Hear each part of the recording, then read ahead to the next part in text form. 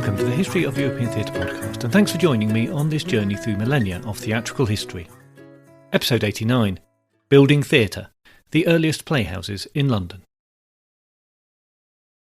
Throughout the medieval period, the best records we have are concerned with religious drama. Theatre that was part of the Mass, performed in the confines of the church and its grounds, and the public plays on religious themes performed for religious festivals.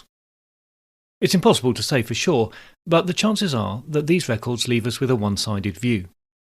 There's a lot of debate about when religious drama became public theatre and how much the cycle plays were performed as much for the financial benefit of a town as for the religious edification of the population.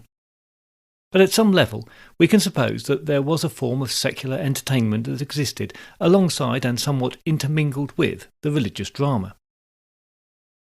Since the end of the Roman occupation of England and Wales, theatre was something that was produced on the move or in spaces co-opted for the purpose.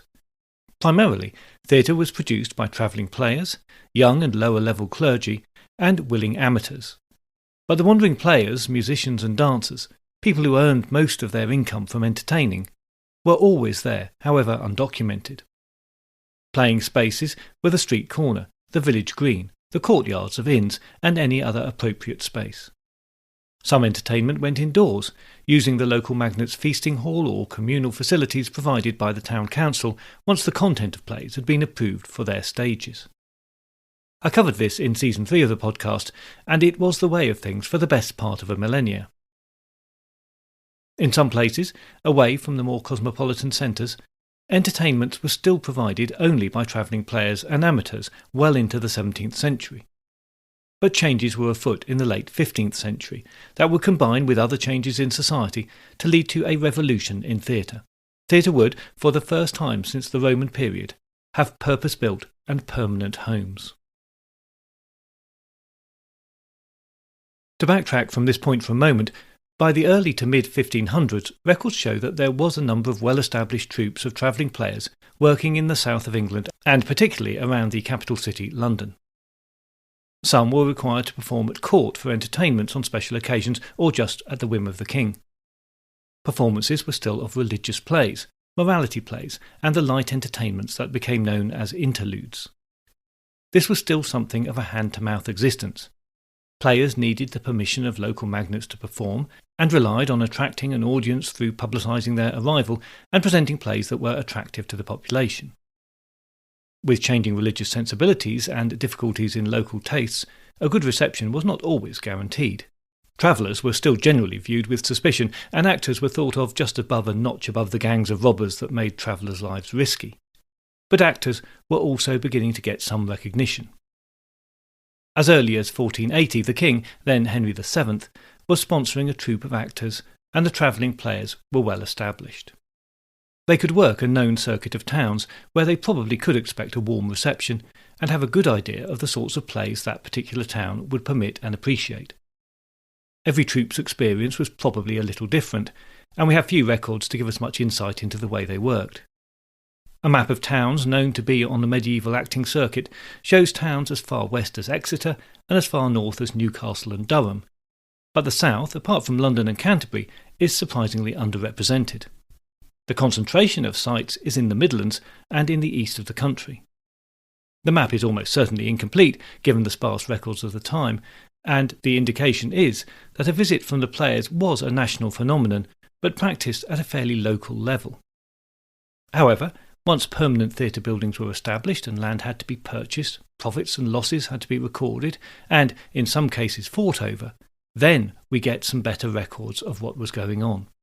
Not the inner thoughts of a troupe leader or leading actor, but the record of the litigation of disputes. This may say a lot about human nature generally, it certainly says a lot about the Tudor mindset. Like the Romans before them, they were becoming a litigious society. The spread of education and the growth of trade were both factors in this feature of Tudor society, and the record of disputes gives us most of the documentary evidence that we have about the earliest theatres. But these records are still sparse and give us nowhere near a complete picture, just a small insight. So when and where was the first public permanent playhouse? Often, the theatre, built in Shoreditch just outside the City of London in 1576, is called the first playhouse, but there are a few earlier possible contenders for that honour. A mile outside the city, past the Aldgate entrance, so what we call now Whitechapel, was a farmhouse called the Red Lion. Next to this, grocer John Brayne built a playhouse in 1567, and so it became known as the Red Lion Theatre. The area had been associated with plays for a while already. The fields nearby at Mile End had been used for mustering militia in times of need and as a recreational area in quieter times. Plays had been performed there by travelling players. It was just the type of field where the scaffolds for the Castle of Perseverance could have been erected, or a booth stage on a wagon dragged into place in anticipation of the arrival of the players. There's a firm record from 1501 where players were paid 3 shillings and 4 pence for performance at Mile End by the treasurer to the King's Chamber, but the site had probably been used for that purpose for decades before then. John Brayne commissioned 2 carpenters for the project, one to build the stage, the other to build the stand for the spectators. Their agreement was that the building work would be completed by July the 8th, when a play called The Story of Samson was to be performed. That play is lost, as are so many from the early Playhouse period.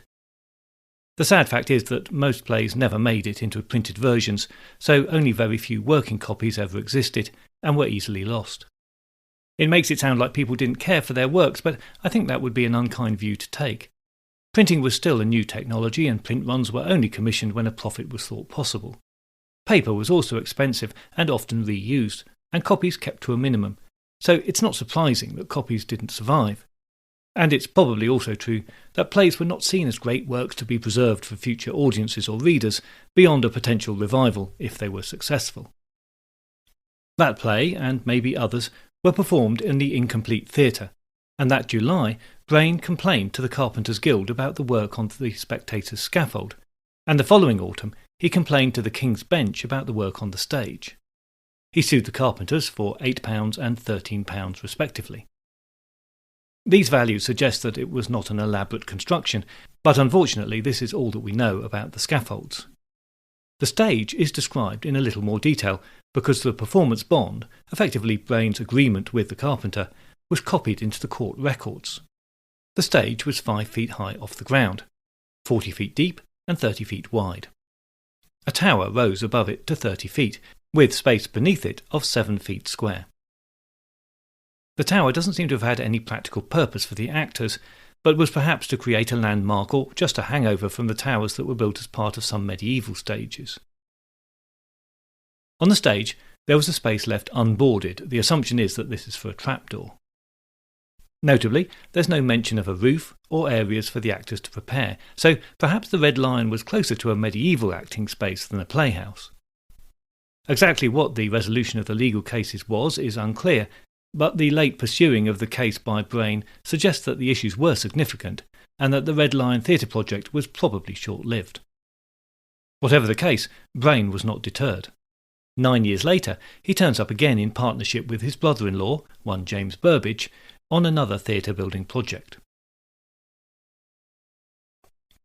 Our next contenders are all premises that in the 1570s, and probably a little before that, were used for theatrical productions, but by the late 1590s had changed their use to be inns, with no associated theatrical activities.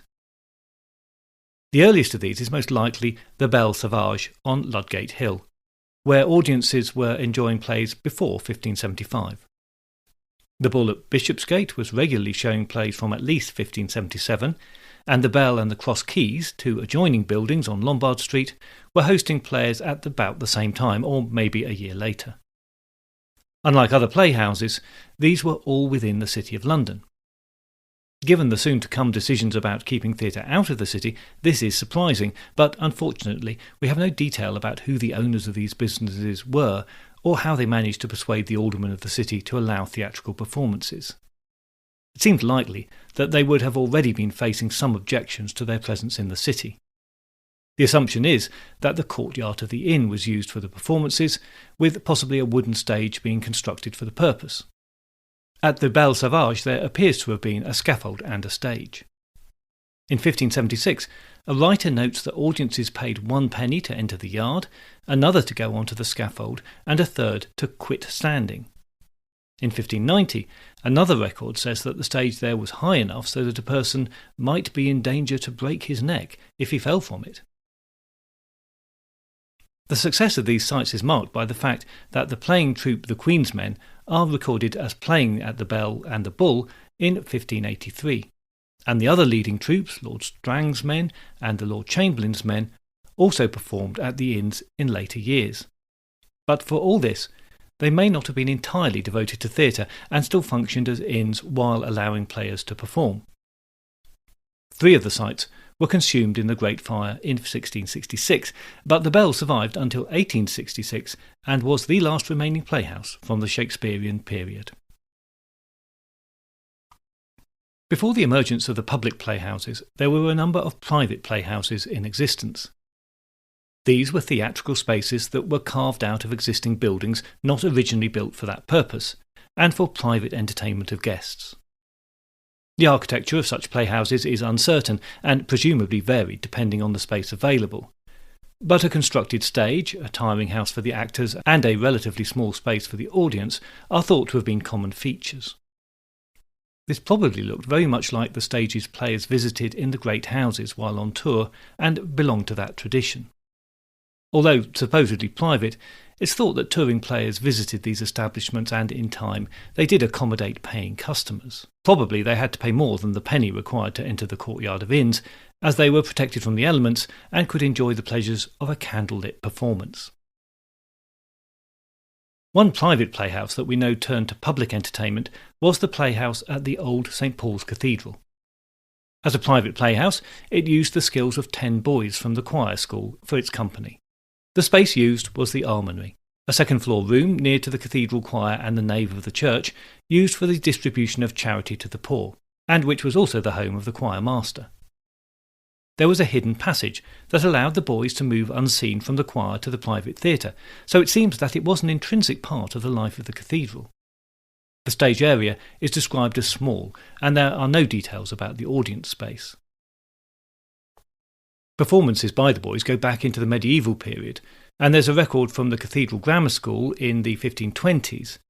But for public performances, we can look to notices issued in December 1575 and December 1578 announcing performances by the choir boys. These don't specifically mention performances at the playhouse, but the assumption is that this is the only place that the cathedral boys would have performed. The last record of public performance by the boys is at the end of the 1580s. Then they performed 3 plays at court for Christmas in 1589 and in New Year 1590, and then there are sporadic references to further court appearances until 1606 when, without any specific reason, the boys appear to have stopped performing professionally. But this is about the time that performances by troupes of boy actors seems to fall out of favour. From its later years, St Paul's was a significant contributor to the public theatres. The boys were associated with performances at Blackfriars Theatre for a few years, and the Cathedral Playhouse nurtured the talents of playwrights including Webster, Dekker, Chapman and Johnson. So, regardless of exactly how private or public performances there really were, certainly worth a mention here just for that alone. And there is just one more of the earliest theatres to mention before we get to the theatre itself. Just a mile south of London Bridge, there was an inn called the Elephant and Castle. Next to this was a playhouse. There's still a pub of the same name in the area, now dominated by Waterloo Station, but I think not on the same spot. The area was known as Newington Butts, the name possibly referring to the archery training ground known as the Butts that used to exist there. This was well outside the city walls and at the southern end of Southwark, the area that would become very significant for the future of theatre in London. Some of the land in the area belonged to the Dean and Chapter of Canterbury Cathedral, and in 1566 a grocer who'd become a yeoman of His Majesty's Guard, one Richard Hicks, leased the land from them for 60 years. Hicks took part of his leased land, a 10-acre field, enclosed it, and then built a tenement or messuage on it, so that's a dwelling place or a dwelling place with land and outbuildings associated with it. He then subleased the enclosed part to Richard Thompson for 19 years, who 5 years later further subleased the land for his remaining term to John Savage. Savage was a leading player in the acting troupe sponsored by the Earl of Warwick, and who carried his name and wore his badge. The first recorded performance by these players is from February 1575, when they performed at the court. Back in Southwark, Savage signed the lease from Thompson in March 1576. Savage converted Hicks's buildings into a theatre, and it's possible that he did this even before the land was officially leased to him by some private arrangement with Thompson, which would put it in operation in 1575, before the theatre was opened. We know for sure that the Earl's men were performing there in May 1577, again from the details in the dispute. Hicks and his son-in-law, Peter Honingbourne, tried to evict Savage, claiming, among other things, that he was, and I quote, "a very lewd fellow, and liveth by no other trade than playing of stage plays and interludes." The action was not successful, but Honingbourne acquired the main lease, and despite his apparent objection to plays and players, he was still allowing the site to be used for performances 13 years later. Although the Earl of Warwick's men disbanded before then in 1580, they were quickly reborn as the Earl of Oxford's men, although without Savage. At Newington Butts the theatre continued, but became less frequently used as years passed. The site was at the extremity of the Southwark entertainments, and a more tedious trip from the city than the other playhouses. The last evidence of performances there is from June 1594, when the Lord Admiral's men stayed there for a 10-day run and recorded some of their least profitable performances. In July that year, the Dean and Chapter seemed to have decided that the playhouse was an inappropriate activity on their land, and arranged for the lease to pass to Paul Buck. He may have been associated with players, but a condition of the lease was that performances would cease there before the end of September. The next renewal of the lease in 1595 doesn't mention this condition or the playhouse, so we have to assume Buck had complied with it. And there is confirmation of this from 1599, when the playhouse on the site was no more and had been replaced by houses. The final note about the playhouse on the site comes from the Commissioner of Sewers in a comment about the need to cleanse and scour the ditches that served as the public sewer and for the general drainage of the area. This is typical of the sort of mundane notice from which fragments of information about the playhouses have to be gleaned. As with the inns, we have no details of the dimensions or layout of the playhouse at Newington Butts. In 1576, a joiner who had turned his hand to acting, James Burbage, started construction of a large building that he intended from the off to be a public playhouse. The site was just 500 yards outside of the north-eastern wall of the city, in the area called Shoreditch. The theatre opened later that same year, probably before its construction was complete. Burbage, who died in 1597, seems to have been the driving force in running the theatre for those 20 years. In 1535 his son Cuthbert reminisced about the project, calling his father the first builder of playhouses. This is the phrase that promoted the theatre to its primary position, but as we've seen, there was almost certainly some form of public playhouse in operation before the theatre was built. However, credit where it's due. The theatre was the largest building for the purpose, and probably the first truly purpose-built theatre in England since Roman times. Burbage clearly had a vision, was probably inspired by the earlier playhouses, and had the skills as a carpenter and an actor to make it happen. He obtained a lease from the land in Shoreditch in April 1576. The lease included some buildings, part of a former priory, and some open land where Burbage would build the theatre. The 21-year lease cost Burbage £20 and rent of £14 a year. However, a clause in the lease provided that if Burbage spent £200 on renovating the buildings on the site within 10 years, then he could extend the lease for a further 10 years. £200 was a considerable sum of money, but the inclusion of the clause suggests that Burbage was planning for the long term and was confident that his theatre would be a success.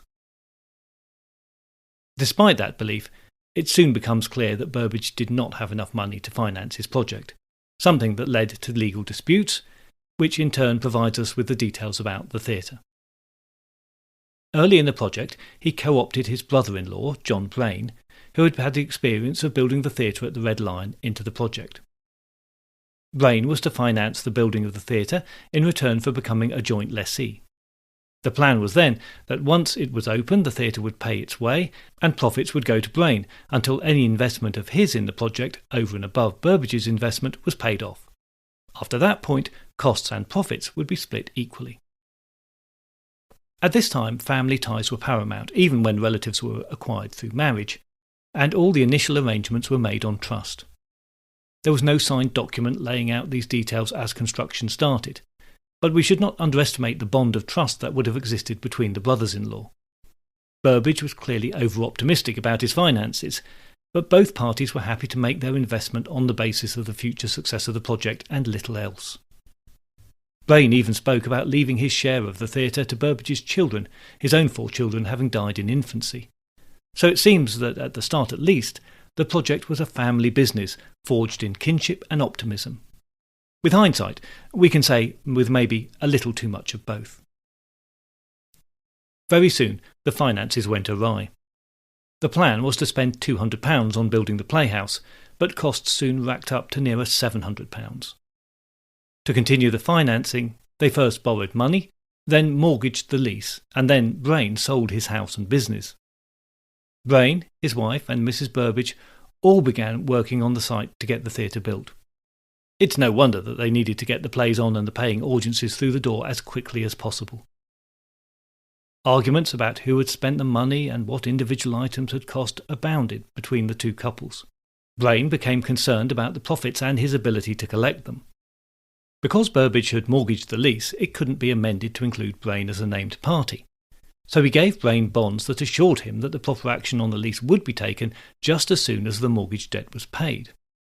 Brayne accepted this, but could see his considerable investment slipping away, and he was right to be worried. As things turned out, those bonds were never collected on. There's a definite sense that both men were so invested in the project that they had to keep it running, despite the mounting debts. Bankruptcy was a shameful state at the time, with serious consequences, including long prison terms, so their desire to keep the project afloat is understandable. Brayne also invested in the George Inn with a partner, although quite where he got the funds to do this is a mystery. His dealings in that project seem to be equally reckless, and he died bankrupt in 1586. His widow was convinced that he had died because his partner at the George Inn, one Robert Miles, had struck him, and she went to court to try and collect on Burbage's bonds.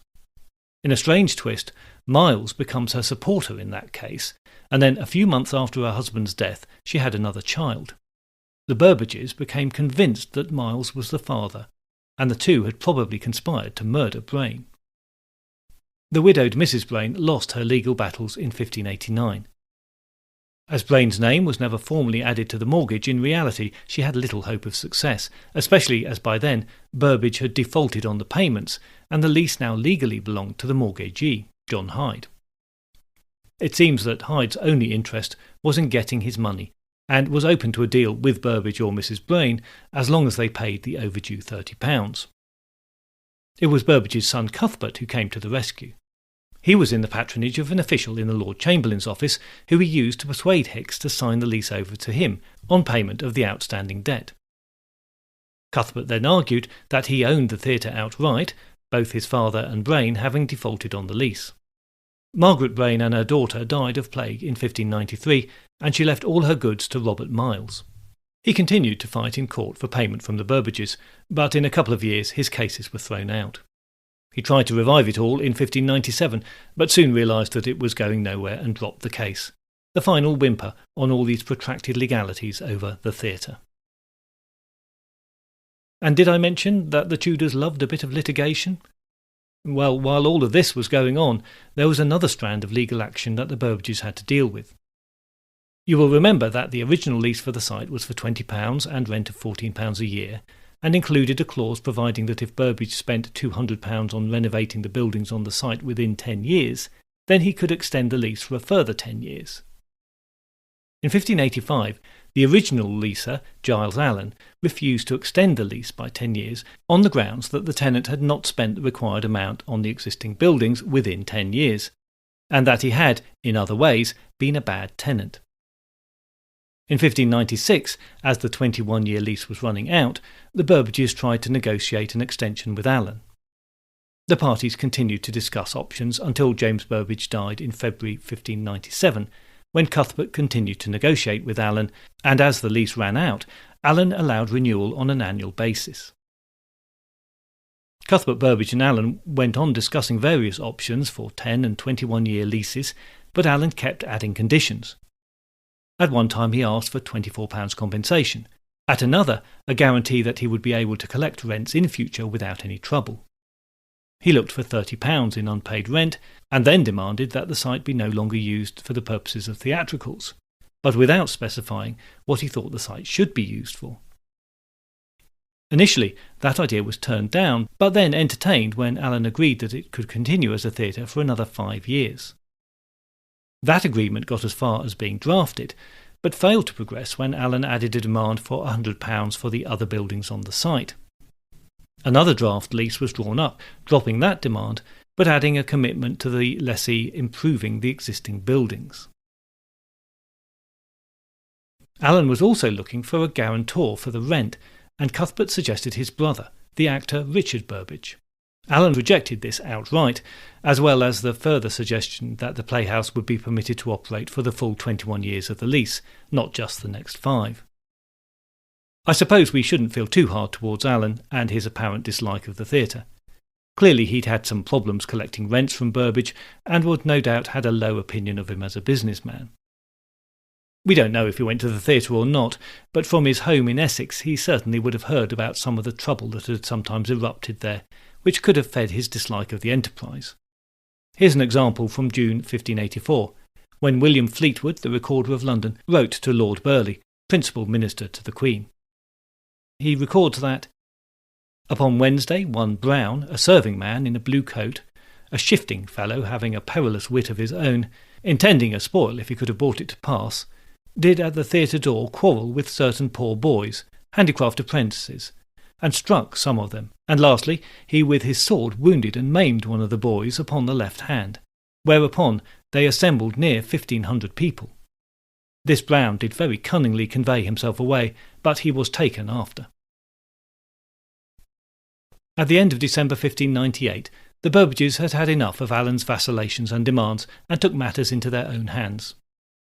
Allen appears to have believed that negotiations would continue, but Cuthbert had employed a carpenter, Peter Street, and 12 labourers to take the theatre apart, beam by beam. Over the next 4 days, the theatre was demolished, and any still useful items, particularly any wood, was removed to a site on the banks of the Thames in Southwark. Peter Street would use the materials to start the construction of a new theatre that was to be called the Globe. Obviously there is something sneaky about Cuthbert Burbage arranging for the work to be done during the Christmas period and in the depths of winter. He even went as far as to have the work started on a Sunday. Inevitably, Giles Allen commenced legal action against Cuthbert and his accomplices for trespass on the 20th of January 1599, which was realistically as soon as he could given the Christmas holiday season.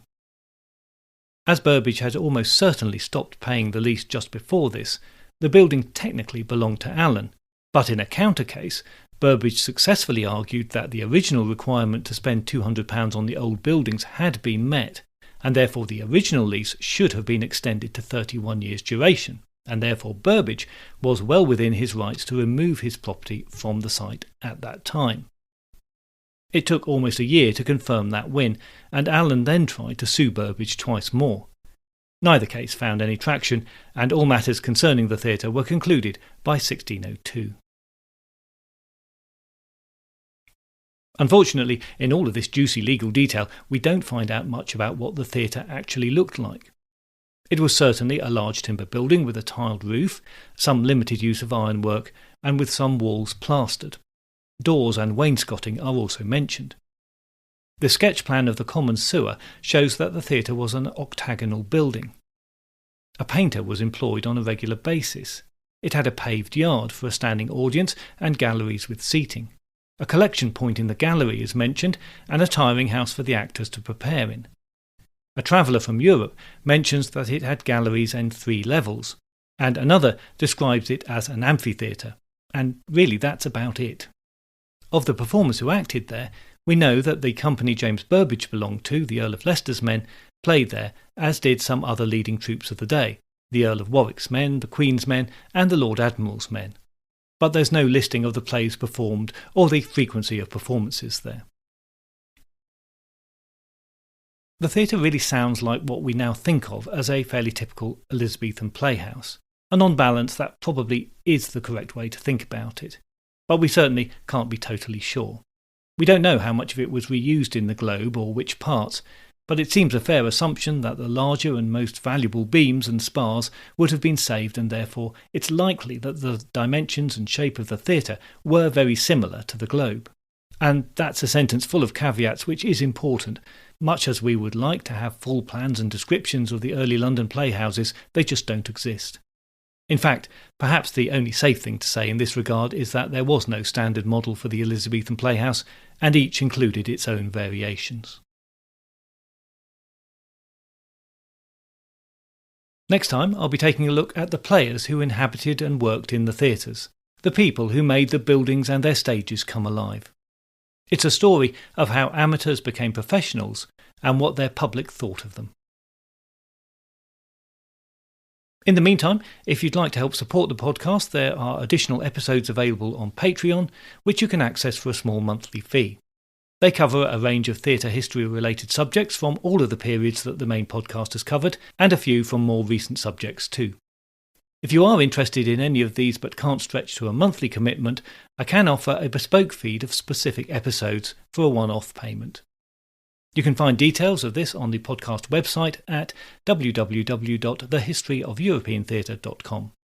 Once there, just follow the link to Patreon episodes on the main menu, where you'll find a full list and short description of all the available episodes. Thanks again to everyone who already supports the podcast and to all of you for listening. I look forward to your company next time, but if you do have any comments or concerns in the meantime, you can contact me by email at thoetp@gmail.com or via Twitter at thoetp.